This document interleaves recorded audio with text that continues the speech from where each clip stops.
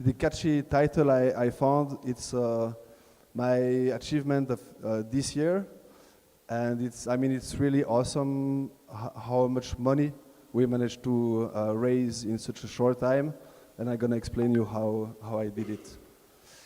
So a little background about myself. I started working in 2008 at Google in Dublin, so I have this digital marketing background, and there I did a lot of campaigns using Google Ads. I also learned a lot about Google Analytics, so how to analyze the traffic and how to frame it and understand who's your audience. And I also worked for 2 years on the search algorithm, so I learned how to rank websites high in the search results. So I have a lot of experience using all the Google tools, and that allowed me to set up my festival alone. So after leaving Google in 2013, I moved to Croatia, and I started directly my festival Gulash Disco. And at the same, I didn't earn any money, so I also started working as a freelancer, and I wanted to work in the music industry, so I did online marketing for a record label like Crumb Discs, artists like Acid Arab, worked for a bunch of festivals like the Sea Splash, all the festivals in Martiska Šibenik, and worked for the huge, very commercial mainstream Ultra Europe for 2 years as well. And yeah, so I have like pretty wide experience in the music industry doing digital marketing. So Gulash Disco, when I started it in 2013, I really did my research and found out there is 0 festival that were using crowdfunding as a system for financing the whole festival, and I thought it's a really good idea because the concept was to do a fundraiser, see how much money I would earn, and then I would, with using crowdfunding, not risk anything. So I didn't want to get in debt with credits. I didn't want to lose money or risk my next 10 years not having anything. So I was thinking if I make 5,000 euros, I will do a small festival. If I make 20, I will book some bands and everything, so I could frame the size of the festival with the amount of money I raised. So, and it was also like also something very easy to sell as a concept for PR and everything, like, which I think is important to have a story that journalists can talk about. So the concept initially was to have like no subsidies, no credits, no sponsors, just use crowdfunding and make this like effort using the community only. And I think it was important to brand it this way so that people would really feel they are part of it, and what is going to come out of this festival is only connected with the people who are joining the festival. Now it's a bit changed. I have a bit of subsidies, but it's okay. Still no real sponsors. I use crowdfunding always. I will definitely keep using it. And after the campaign is over, now I have also like ticket sales for the remaining tickets. Yeah, so now I'm going to explain you the different aspects to think about when doing crowdfunding campaign. The first is the choice of the platform. So these are maybe the 3 biggest ones currently available. I use Ulule. I don't know if anybody knows Ulule. So it's a French company and is the biggest crowdfunding platform in Europe. And I really recommend them. They have the highest success rate. So when they accept you as a crowdfunder, they really follow you. So they give you advice, they promote you, they are translating your campaign in different languages if you want, so they're really behind you. While Indiegogo and Kickstarter are big machines who don't really care about what you do and how to make your campaign a success. So I'm really happy with Ulule. And I think if you ever think about crowdfunding, you should consider this platform for Europe. So when you choose your platform, you have to think about rewards, because you should not think that people will just give you money for no reason. They give you money because they want something in return. I try different models using a lot of merch, like I was selling records, cups, towels, t-shirts, all kinds of goodies. But I realized after 2 years that actually everybody just wants a ticket. So I completely stopped. Also, I realized it's also quite a struggle. When you do a t-shirt, for example, then you have to contact the people, what size, what color, where do you live. So it's really a lot of work as well. Like if you commit to give rewards, then you have to actually follow up on this. And with just doing tickets, it's super easy because like it's all email, all digital, and that makes my life much easier. So now I don't even offer any kind of merch as rewards. And I mean, I'm going to show you now how to do the ticketing. I mean, you'll see. So then when you have your reward system, you have to dress your campaign. So I would advise you to have designer, or if you're a designer, to put a bit of thought on how your campaign looks, because it's important as well to give a good image of your festival.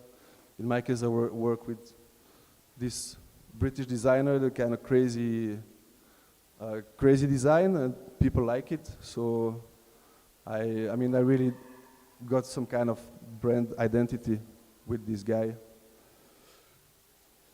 So then you have a video, which is also really important, so that people can share it and everything. I'm going to show you. Now this is like a small video, 2 minutes, that we made in the COVID year, so there's a bit less people than regular, but you will see how the festival looks like.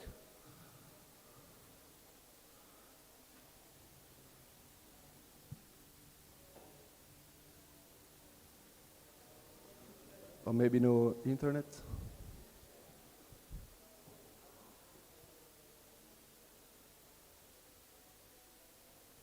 If you have any question, you can also interrupt me anytime.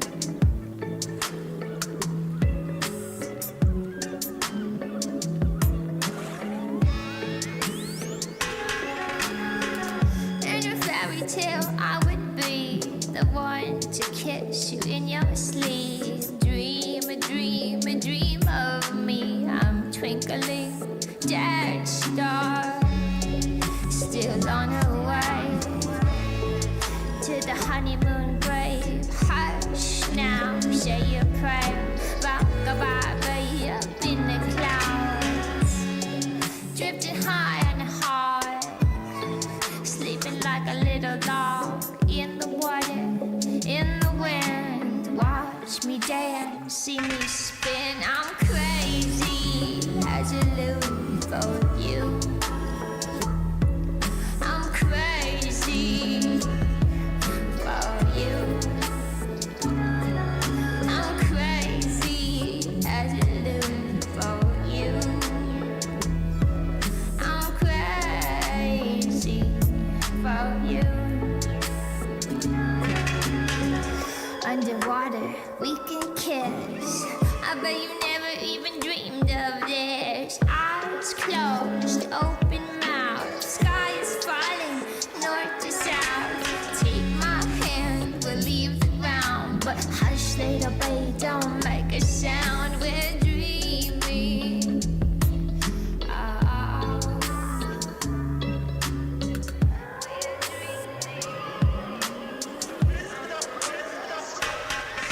I'm crazy for you. I'm crazy as a loon for you. I'm crazy. And it was just an amazing, probably the most fun experience, honestly, I've had. It's crazy for me to say that, but it's really true.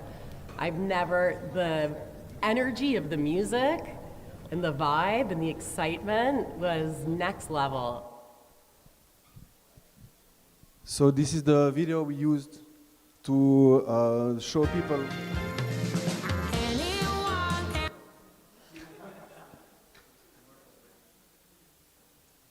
So basically, people already know about my festival, so I don't really need to present it. But in many crowdfunding videos, people are like, hi, this is my project, blah, blah, blah. But in my case, I prefer also just to show images and not sell anything, just show a nice picture that people want to be part of, basically. And now I will quickly show you how the page looks like.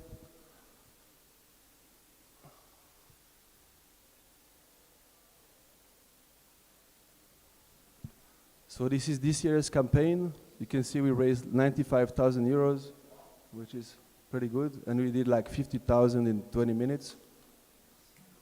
So it really works well. This is the video you just saw, and then is the campaign. Basically, I copy-paste mostly the content every year. So a bit of picture design, some videos that we made through the years, older after movies,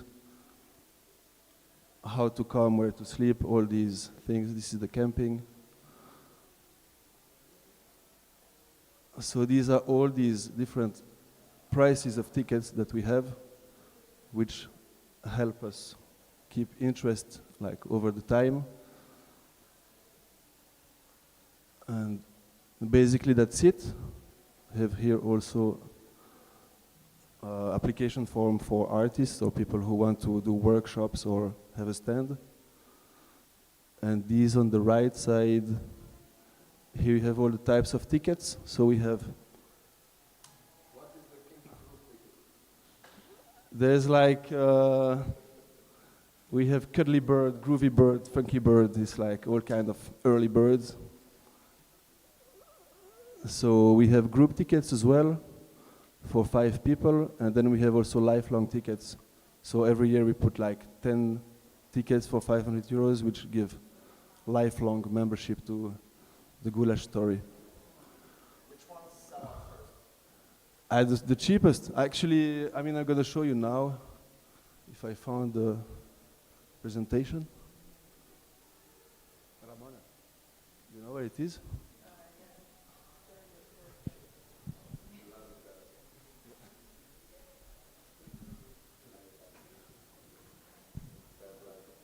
So when you have your campaign, basically what's important is to show it to the world, especially if you don't have an established community already. So that's the point of this section of this presentation. So I'm doing like only digital marketing. So the platform I use are Facebook, MailChimp for the newsletter, YouTube, Google, SoundCloud, bit of Instagram as well, but I'm not a big fan, but we kind of have to right now. So these are the platforms I primarily use. The content on Facebook, basically, you can see here that was like a technique I used most of the year. When I start a campaign, I give just like 1 free ticket for people who share this after movie, and you can see like I put maybe 5 euros for boosting the post. I have 750 likes, 400 shares, 27,000 views, and like millions of comments. No, this is actually really old. This is 2017. Yeah, it doesn't work anymore so well, but I mean, I still do this with less success, but like, I spend very little money in post boost. But what we do is a bunch of events, like offline events, which is for me really, I mean, beside the fact that you do an event, which is cool, I always try to keep the audience. So I have events happening on Facebook, people attending, and then I make the audiences with the people who attend offline events. So you can see here, this is actually a new screenshot. So this custom audience is grouping people attending the 118 events I've done. So that way I really target the right people. Like I want to keep my festival also like in close circle. I don't want to expose too many people. So I just want to target people who either like my page or people who attended the events, and that's it. Like, and then I count on word of mouth. Yes? So we have around 1,000 tickets. So it's around 1,000 tickets, 1,000 guests, and then we have a crew of like 300-400, which is crazy. So it's like 1,500 plus the locals. So on peak time, it's like maybe 2,000 people. And then you have different audiences. So if I do an event in Split, I will use the Kocka Split crowd. If I do an event in Zagreb, I use the Zagreb audience. If I do something for the festival, I use all the fans or people who attended all the events.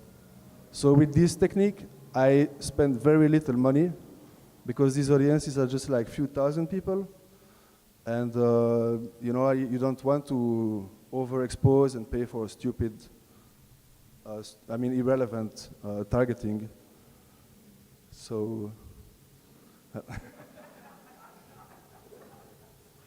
okay.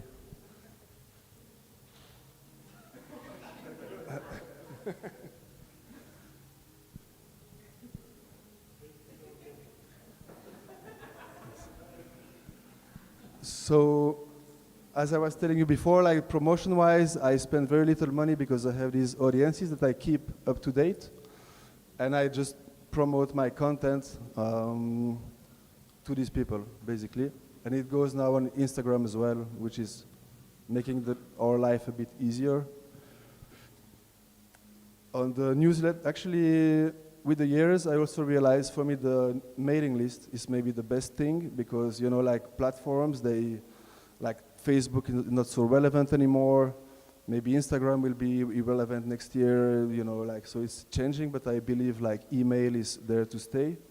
So every time I do events also, every time I sell tickets, I get the database of the people who are attending, so I get the emails and I always update my MailChimp account. So that way I keep up to date with the people who are currently coming to my events. So I gather email from Enthrio, which is a ticketing platform I use for the festivals or bigger events that I do. I gather emails on the newsletter, on the website. On the crowdfunding platform as well, I have all the contacts. And then when I do events, I often have a cheap list concept. So it's just like a Google form where people fill in their email contact, their name, and then they have a discount at the door. So if it's, let's say, 10 euros at the door, it's going to be 8 if they are on the cheap list. I get the emails, and then they are part of the database. So it's like a cheap way to get people excited as well. I have I have few different audiences. So I have like XU people, which is maybe like 800 or something. Then I have, for the festival in general, it's maybe 2,500. So yeah. On YouTube as well, like some little tricks that you can, if you dig a bit into like the features of YouTube, you can, for example, put this little button on the video, which appears for everyone who's opening the video. So when I do the crowdfunding campaign, I put on all my videos this little pop-up. So if you have 46,000 views, then it means 46,000 people were exposed to this link and potentially clicked on it. So it's powerful and it's free as well. So those little things that helps you spread the word with zero money, basically. Same on SoundCloud. Like I think that's also really good marketing. I'm asking the artists to send me mixtapes, and then I upload them on SoundCloud. People listen to them. People like them, and you can also put links there. So you see, like this is like my most successful mixtape. And again, like it means that 60,000 people who listen to this potentially clicked on the link and went to the website. So I think this is the kind of marketing which is really, really relevant for music festival. And then on SoundCloud, you have like also interesting data about where people come from, people who listen to your music. So then you can target your efforts of communication or even the lineup you want to build. Like if I see that I have German, French, UK, Croatia, is actually really true. I mean, it really represents my crowd. So knowing this, I will for sure book some German artists, some French artists, some artists from the UK. So the question is, once you collect what you announce, you collect money, you have this amazing success, do you already have in mind to turn this to or do you look at how much do I have to Actually, now the crowdfunding I know is going to kill, so I don't need to care too much anymore. And there's a lot of artists who are really part of the festival that that are coming every year or nearly every year. So I would say maybe 40% of the lineup is like really friends now, and then I book some headliners and some new guys and all of that. But it's a lot of also contacts. Also, I delegate part of the lineup to artists that I really like or really trust. So I give them like program for half a day or for full day or one stage. So this is the whole ecosystem. Also something that is important is like the website in the middle. Everybody who goes to your website, if you put a little tag, then you get a cookie, and then you can then track people on the different platform. So it's again a really good way to target just the right people. So the idea is that in the end they go to your website to get a ticket or to the crowdfunding campaign, and then you can, you from SoundCloud, you put your link, then the cookie gets on the thing, then when he will go on the YouTube, the pop-up will show, so you try to keep Goulash Disco present on the different platform of the website, so he will receive an email, then it will be on YouTube, then SoundCloud. And that way it's like not invasive, but it's little reminders about goulash. But I don't do this much anymore. This is also this is a 24/7 thing for you. You're working on this community the entire year, I think. I mean, not really. Like the festival itself, I used to spend 6 months working on it. Like I started crowdfunding in March, and the festival happens in September. Then I take some break, but then we have events happening here and there. So it is living, but I'm not fully on it. I used to be fully on it, but now we have also different projects. So don't really have the time anymore. But it's kind of self-sustaining, more or less. When you start, because now my experience was this year when we tried to crowdfund for a little festival. Whoopa. Thank you. An animal. People did not understand. We recorded a video, but as you gave the example, we were there talking like, hi, it's me, we do this. We had the first edition, Super Underground. This is second edition. So we offer you to get your ticket via crowdfunding, which means you give us money, we give you a ticket. Then I was talking to people who did not get the idea, some of them didn't, and they were coming on the day of the festival, buying the tickets at the door. They were telling, yeah, because I didn't know, I will not just give money. Like, it was not clear, although we tried to make it as clear as possible with big, like, buy your ticket now things. People didn't get. So was it the same experience for you in the beginning, or it was clear for people that they get something for what they pay? I mean, from the beginning, I have this design of this ticket, and I put it like really, you cannot miss it. So, yeah. I think they understand. Yeah. They might be a bit confused, like, why is this like cuddly bird, funky bird, groovy bird, what is this? But, I think mostly they understand it's not so complicated. So, besides doing marketing in your own ecosystem, which is what I presented before, if you want, I don't do this at all now anymore, but in the beginning I was trying to spread the word, also to find the relevant media who would relay the information and spread the word about this concept of crowdfunded music festival, blah, blah, blah. And in my case, I choose those platforms because in Croatia it was like this, a bit of like bigger portals and then more underground websites that relay information about electronic scene or music in general. So if you do a crowdfunding campaign and you're not at that stage that you want to actually keep it confidential or in your circles, then a bit of PR is definitely relevant. So this is like a sum up of the crowdfunding campaigns from the first year until COVID, basically. And you can see in the beginning I set a target of 5,000 in 60 days. I did 6,400, so really not much. But it was enough to create something. And then I had this concept to challenge myself. I wanted to double or decrease by half one of these things every year. So the second year I set up double the target. The 2015 I decreased 60 days to 30 days because basically it's also important. I mean, one of the really cool things about crowdfunding is that you get the money before. If you just do ticket sale, you get all the cash after the festival, which is a big problem because you need to buy plane tickets, rent things, accommodation and everything. So the crowdfunding is amazing for that because you get the money in April or May before all the expenses. So it's really, really good. And then you can see that the amount of money raised went crazy after the second year, like 25,000, 47, 54, 87. And now, then we had COVID years, which were a bit also tricky because so many refunds, postponing the tickets.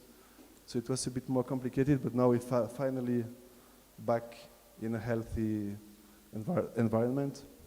Can I ask, when you go over your target, and you have a set 60 days, so you know way in advance, but does that also mean that you're able to, because people will expect, because it's public, people see that the money is raised, but do they also expect you to book bigger artists or to make a bigger festival? Because it's all very transparent for the audience. Yes, this is more or less half of the money, because after crowdfunding I do normal ticket sales, but they see it, let's say half of the income, they can see it. It's super transparent. And lineup-wise, I do it for myself. Like, I would not feel good not booking artists I really want to book. So, I think people get the trust as well because it's a lot of underground bookings and discoveries. So, most people don't know much actually about the lineup, and they don't care. They come, they see like awesome stuff, but I try to have nice bookings for sure. But how do you build the trust with the audience that they will come and see something cool, that they want to give you money in advance? I think it's like if you do a good event as well, like people just talk about it, and then they come like 2, 3, 4 times, and every time is better. Yeah, we started in Dublin before.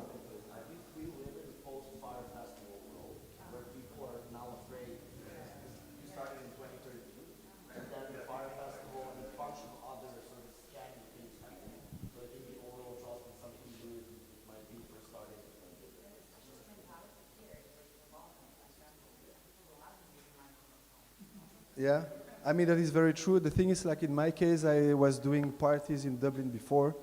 So for 2 years we were doing like events, and we invited like all the guys from the Balkan beat scene in Dublin. And the first festival was a gathering of this European crowd. Huh? Yes, we had events basically. And we were known because the parties were super wild in Dublin, so all the DJs from the scene wanted to come, and then I reached out to them, and they promoted to bring their crowd. So the first festival was like a gathering of the Balkan beat scenes from Europe. So the lineup was super. This was the same thing all the time. So this is the first festival, and then from the second year I went completely different mindset, keep the Balkan gypsy style, but going super diverse with the music genders. So this is the evolution of the amount of money raised. You can see with the COVID thing, it was like not super easy to handle, but it was a very, very healthy growth until then. And now I think I'm also reaching some kind of limit because we are on a small island and I don't want the festival to be too big. So I think 100,000 euros will be my kind of final amount.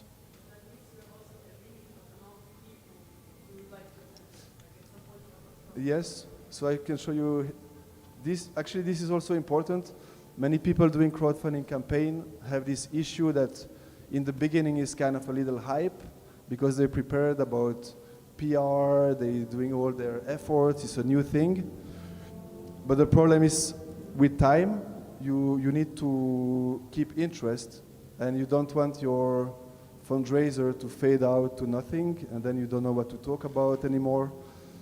So instead of having like a strong first days and then fade out to nothing, I think it's important to keep the hype. And this, I mean, I had the issue myself as well. So in order to get to a more green kind of curve, I did this strategy for the tickets. So you can see the amount of tickets available for which price. So I have like, as you can see, like 10 tickets for 100 euros, which means they will go in like 5 seconds. And then the price quickly goes up. And then you have more tickets available. But by having so many different prices, there's always something to talk about because I can also always say only 6 tickets, price going up soon, blah, blah, blah. And then people also want to support the campaign now rather than tomorrow because tomorrow will be more expensive. And then they tell their friends as well, like, take your ticket now because it's going up. So that's what I do now, and you can see I also like very clearly know how much money I will raise because of these things, and I know that after the campaign, if I sell everything, I will have 590 people attending and 105,000 euros. So yeah, as I tell you before, I also have group tickets, which is kind of good to bring groups together, and lifelong tickets, which also is a big sign of trust when people decide to be there forever. So that's the conclusion of the presentation. I think, like, besides doing marketing as like prints and billboards and all that kind of things, I think the real marketing will be the word of mouth that people will do with their friends and how they will talk about. And to have a good word of mouth, I think you need like a really good lineup, good location, good crowd, good infrastructure in terms of like sound and light and decoration, and a good organization. And then marketing-wise, yeah, good pictures, good videos, recordings, I think, for music festival is really good. Like DJ sets or concerts a bit more complicated, but like DJ sets and uploading that material will really help get your word spread out. Visual identity and merch is also, for example, I don't do it every year, but I print lots of t-shirts and give to all the artists. And then you see on your Facebook feed artists in Tokyo wearing goulash disco shirts. So I think that's also a very smart investment. It costs like €2 to make a t-shirt, and then artists wear it all over the world. And this is the last slide. It's like a little illustration of the guy you don't want to be when you do a crowdfunding campaign. So you have this little beggar who's like, hey, give me money, blah, blah, blah, I need to survive. And then on the right side, you have a guy that people want to see and who will raise a lot of money and people will be very happy to support. So I think that's it. Thank you for listening. Now if you have questions, you want to... You have a great presentation, so you don't really need me also. sorry, I was a little bit late, but my lunch was delayed. So any questions?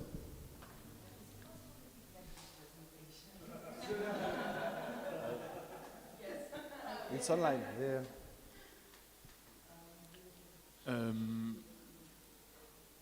I get the idea of a crowdfunding with rewards that you first did with goodies, Yeah. but then all of a sudden you change for tickets. Now, I was doing tickets always, but I was Okay. thinking people maybe want like a cup or something.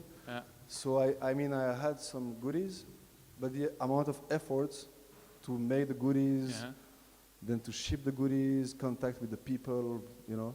But now Like- to me, with the tickets, Yeah. for me it looks like a festival that sells tickets. Yes. Exactly. I mean, it mean- it's in the name of crowdfunding, and then you can promote it as a crowdfunding platform. But as the audience, you buy a ticket to Yes. attend the festival. Yeah. Yeah. Exactly. So And what you did not have any problems with your audience then? I mean, why? because yeah, you sell it as a crowdfunding campaign, but actually it's not a. I I mean, don't- it's a I- crowd that is funding a project. Yeah, It's a but crowdfunding. but if you buy a ticket for a festival, it's the same thing to me. Actually, you understand what I mean? I mean, Yeah. selling tickets is a crowdfunding as Yeah, well. yeah. But I mean, the difference is that, like, when we start, there is zero lineup. So usually, when people buy a ticket for anything, they know what they buy. If it's, you know, who's going to be on the lineup, and in that case, it's not. So maybe there's a difference, and it's cheaper. I mean, now it's really purely like it's just cheaper. So it's not that people really want to help me; they want a cheaper ticket, and they get it.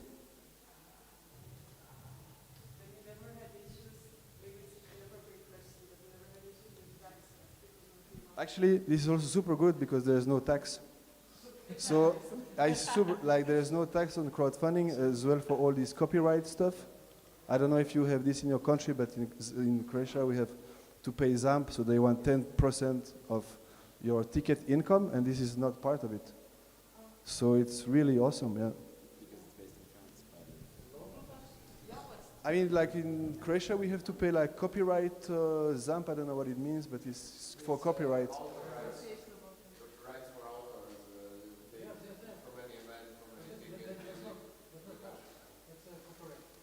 It's like state, and they want 10% of everything. Yeah. I mean, you can cheat on them also, but that is like legal cheat. And what's the percentage of the platform you use, for example? 7%, 6-7%, which is, I think, okay. I mean, like the ticket platform is actually higher, it's 8-9. So, I mean, I think it's really good. What's the percentage in total ticket sales from crowdfunding versus the So, like, as you can see, like this year I had 590 tickets on crowdfunding, and then I had 400. Yeah, and then the tickets is more expensive. I have another that question. Do you know maybe the open rate or anything else that you have to imagine? When it's high, it's like 30, 40. 30 to 40? That's impressive. That's impressive. That like 12 was like, wow. Yeah. But I mean, the first email, like crowdfunding, bam, bam. You know, when we start the crowdfunding, it's really important to build the hype. So I communicate like few weeks in advance. It's going to be on the 1st of March at 12, and then people know it, and then you have like 500 people behind their computers ready to click at that moment, so they can get this €100 ticket. It became some kind of a fun game as well. Like people don't really care so much, I think, lots of them. But if they get the €100 ticket, it's like, yeah, I got my ticket for €100. And I mean, it's also kind of a fun thing of the goulash. I also do one ticket for 50 euros, so the very first backer. But yeah, we used to break also the system because there's so much traffic on the crowdfunding platform that I had one ticket for 100 euros, but 70 people buy it at the same time. So then they had to give me 5,000 euros. Because it was like this every year, basically. And I mean, so but now they fixed the issue and they also asked me to please not put one ticket. So now I refund the first backer of 50 euros instead of putting just one ticket for 50 euros because then it breaks the system. And how much of the lineup is out at the moment where you start with the first place? 0. Yeah. What percentage of your visitors are coming every year? It's a lot, Yeah. I guess, no? Yeah, I'm not sure, but I would say half of them. I don't know. Like, I mean, it's 10 years, but yeah, now it's like a tradition for many people to come celebrate the end of the summer in the south of Croatia when it's already autumn in the UK, it's raining and it's cold, and they come to Croatia. Any more questions? Okay, one. What percentage of your audience is from Croatia? It's actually pretty small. It's maybe 20%, but we do XU tickets as well. So after the crowdfunding, we have like XU tickets. So people from like ex-Yugoslavian countries have like 40% discount or something. Because I mean the prices are basically Western Europe, like 200 euros, which is a lot for people from here. So I mean I try to not be too exclusive as well. Yeah. It's like officially 4, but then we have day 0, then we have day +1, and then it's, I mean you still have now on the island, you still have people from the festival. Because then after the festival, They go to the illegal camp and they stay there. Like, I mean, some people permanently move as well, which is really awesome. But yeah, it's like 4 days officially +2 semi-official, but then it keeps on. Now we also have a venue. So one of the 2 main stages is our venue whole summer. So after the festival, also people just stay there and we keep the bar open, DJs keep playing. So yeah, 4 + 2 + unlimited.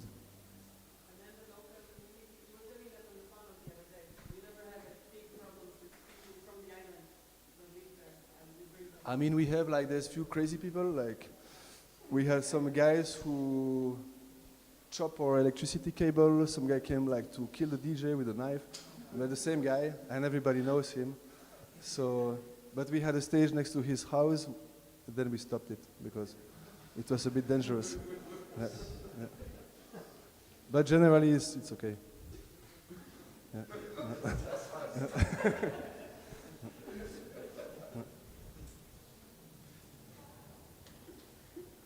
When you gain, let's say when you gain 350 more % on this campaign, are you able to get all the people to get the tickets?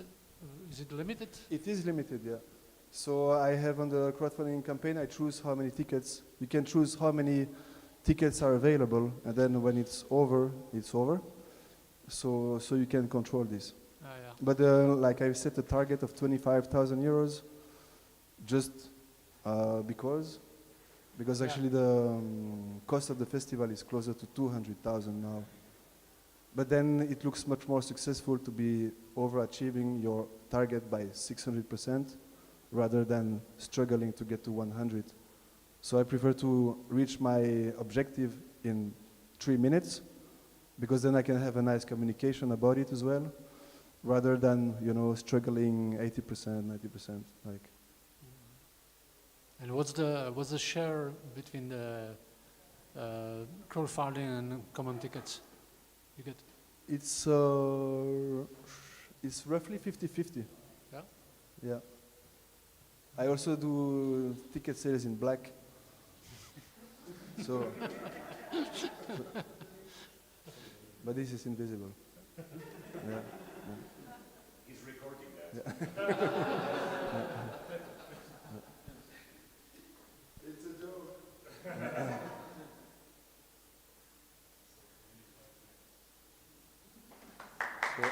Thank you.